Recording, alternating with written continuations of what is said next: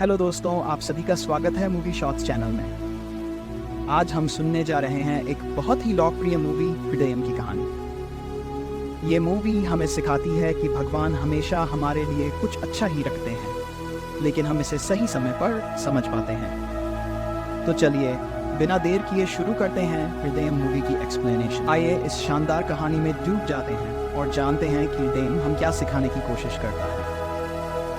तो दोस्तों, तैयार हो जाए एक इमोशनल सफ़र के लिए जहां हर मोड़ पर आपको ज़िंदगी की सच्चाई का सामना करना पड़ेगा। ये कहानी केरल के एक लड़के अरुण की है, जो चेन्नई के केसी टेक इंजीनियरिंग कॉलेज में स्नातक की पढ़ाई के लिए दाखिला लेता है। पहले ही दिन अरुण की मुलाकात दर्शना से होती है और वह उससे पहली नज़र में ही प्यार कर बैठता है। अरुण और दर्शना के बीच एक रिश्ता शुरू होता है। कुछ दिन बाद कुछ सीनियर लड़के दर्शना से बात करने पर अरुण की रैगिंग करने लगते हैं, लेकिन तभी एक टीचर आकर उन सीनियर लड़कों को चेतावनी देते हैं कि रैगिंग मत करो। इसके बाद एक सीनियर लड़का अरुण को हॉस्टल में अकेला पाकर उसे मारने की कोशिश करता है, लेकिन अरुण का एक दोस्त आकर उसे बचा लेता है। जब दर्शना को इस रैगिंग के बारे में पता चलता है तो वह अरुण के साथ उन सीनियर लड़कों के सामने जाकर कहती है, अरुण मेरा बॉयफ्रेंड है, और इस तरह से उनका रिश्ता और गहरा हो जाता है। कुछ समय बाद अरुण अपने दोस्त एंटनी के साथ ऑनलाइन मिली अपनी गर्लफ्रेंड से मिलने जाता है, और वहां वह एंटनी की गर्लफ्रेंड की सहकर्मी के प्रति आकर्षित हो जाता है। वह झूठ बोलता है कि वह सिंगल है और उसे किस करने की कोशिश करता है, लेकिन तभी पुलिस आ जाती है और उसे रोक देती है। अपराध बोध से घिरा अरुण दर्शना को सच्चाई बता देता है, जिससे वह गुस्सा हो जाती है और उनका रिश्ता टूट जाता है। ब्रेकअप के बाद अरुण का जीवन बुरी तरह से बिगड़ जाता है। वह जूनियर्स की रैगिंग करने लगता है और शराब पीने लगता है। वह माया नाम की एक जूनियर लड़की के साथ रिलेशनशिप में आ जाता है, लेकिन उसमें भी उसे खुशी नहीं मिलती। वहीं दर्शना केदार नाम के एक प्लेबॉय के साथ डेटिंग शुरू करती है, लेकिन बाद में उसे ब्रेकअप कर लेती है।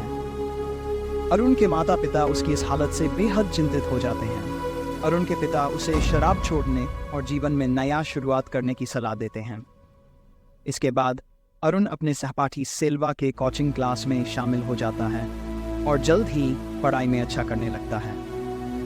दर्शना अरुण के इस नए रूप को पसंद करने लगती है, लेकिन एक बस दुर्घटना में सेल्वा की मौत हो जाती है। इसके बाद माया अपने पिता की मौत के बाद अरुण से रिश्ता खत्म कर लेती है, क्योंकि उसे एहसास होता है कि अरुण उसे प्यार नहीं करता। कॉलेज के आखिरी दिन सभी छात्रों को सीक्रेट एली नामक एक कमरे में ले जाया जाता है, जहां वे अगले बैच के छात्रों के लिए एक संदेश छोड़ सकते हैं, लेकिन अरुण खुद को कुछ लिखने में असमर्थ महसूस करता है। इसके बाद दर्शना अरुण को ट्रेन में छोड़ने जाती है और उससे पूछती है, अगर 4 साल पहले हमारा झगड़ा नहीं हुआ होता तो क्या हम अब भी साथ होते?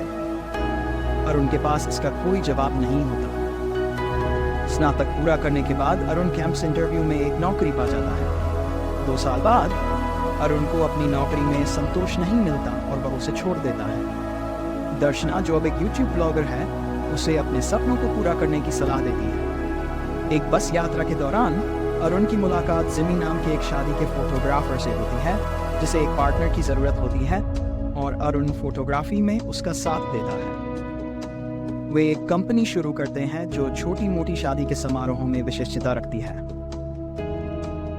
अरुण अपने बैचमेट प्रतीक तिवारी के माध्यम से उनकी कंपनी का प्रचार करता है, जो अब एक लोकप्रिय बॉलीवुड गायक है। इस प्रचार के बाद उन्हें कई बुकिंग और इवेंट्स मिलते हैं और वे प्रसिद्ध हो जाते हैं। अरुण अब अपने काम से संतुष्ट महसूस करता है। एक शादी के समारोह में अरुण की नज़र नित्या नाम की एक लड़की पर पड़ती है और वह पहली ही नज़र में उसे आकर्षित हो जाता है। अरुण की फोटोग्राफ्स देखकर नित्या प्रभावित हो जाती है और अपनी बहन के लिए अरुण को सिफारिश करती है, जिसकी जल्द ही शादी होने वाली है। लेकिन अरुण को पता चलता है कि नित्या की बहन जिससे शादी करेगी वह केदार है, और वह नित्या को उसके असली चरित्र के बारे में बता देता है। शादी टूट जाती है और नित्या अपनी बहन की जिंदगी बचाने के लिए अरुण को धन्यवाद देती है। वे एक दूसरे के करीब आ जाते हैं और नित्या अरुण के साथ एक शादी में चेन्नई जाती है। उनके माता पिता की सहमति से नित्या और अरुण की शादी हो जाती है। दर्शना उनके रिसेप्शन में आती है, लेकिन वह यह स्वीकार नहीं कर पाती कि अब अरुण उसका नहीं हो सकता और वह रोते हुए वहां से चली जाती है। कुछ समय बाद नित्या एक बेटे को जन्म देती है। खुशी से झूमता अरुण सबसे पहले ये खबर दर्शना को बताता है। जब उसके बेटे का नाम रखने की बात आती है तो अरुण को सेल्वा की याद आती है और वह अपने बेटे का नाम सेल्वा रखता है।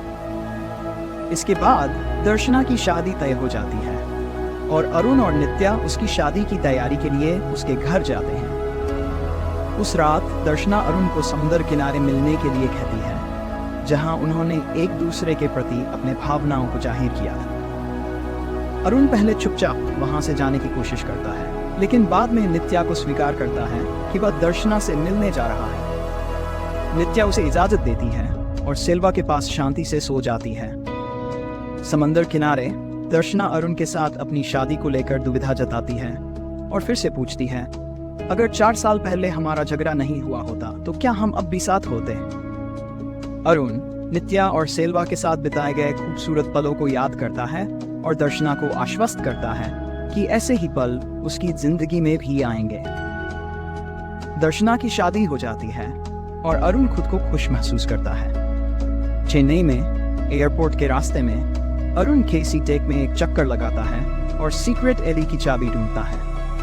वह कॉलेज को उसे आज का अरुण बनाने के लिए एक धन्यवाद नोट लिखता है और कैंपस से बाहर निकल जाता है। फिर वह नित्या और सेल्वा एक साथ घर लौटा। अगर आपको मेरा वीडियो अच्छा लगा हो तो प्लीज वीडियो को लाइक करें, शेयर करें और सब्सक्राइब करना ना भूलें। तो मिलते हैं अगले वीडियो में। Good bye.